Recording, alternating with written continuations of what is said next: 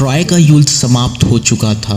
10 साल की लड़ाई के बाद यूनान के योद्धा अपने अपने घर लौट रहे थे, लेकिन एक योद्धा ऐसा था जिसकी वापसी युद्ध से भी ज़्यादा भयानक होने वाली थी। उसका नाम था ओडेसियस।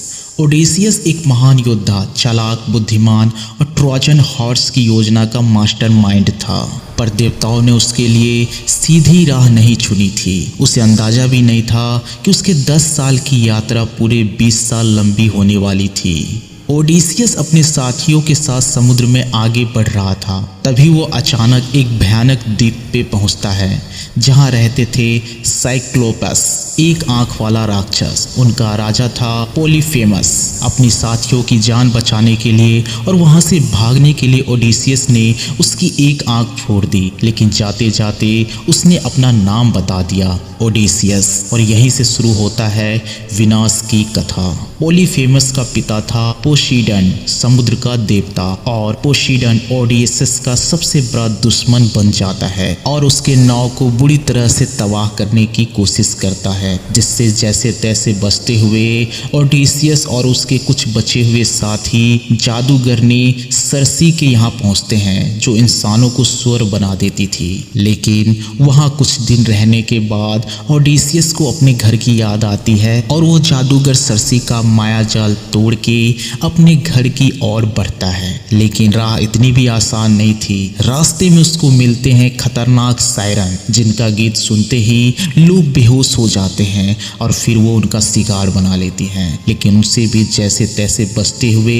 वो चट्टानों से टकराते हुए आगे बढ़ते हैं। तभी एक ऐसा भंवर आता है जो उन्हें समुद्र में निगलने की कोशिश करता है। इसमें ओडेसियस तो जैसे तैसे बच जाता है, लेकिन उसके सभी साथी मारे जाते हैं और अंत में वो बिल्कुल अकेला रह जाता है। वहीं दूसरी ओर उसके घर पे उसकी पत्नी पेनेलोपे 20 साल से उसका इंतजार कर रही थी। सैकड़ों राजा उससे शादी करना चाहते थे, लेकिन पेनेलोपे कहती थी, पहले मैं ये कंबल पूरा कर लूँ फिर सोचूंगी।